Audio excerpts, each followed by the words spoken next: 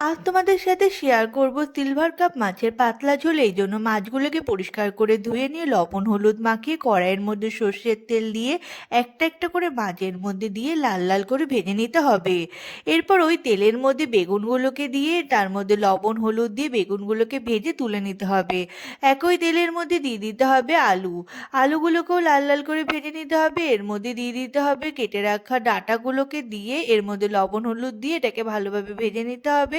তারপর এর মধ্যে দিয়ে দিতে হবে পরিমাণ মতো কাশ্মীরি লঙ্কার গুঁড়ো, এটা কালারের জন্য। দিয়ে এর মধ্যে একটু ভালোভাবে ভেজে নিয়ে এর মধ্যে দিয়ে দিতে হবে পরিমাণ মতো জল।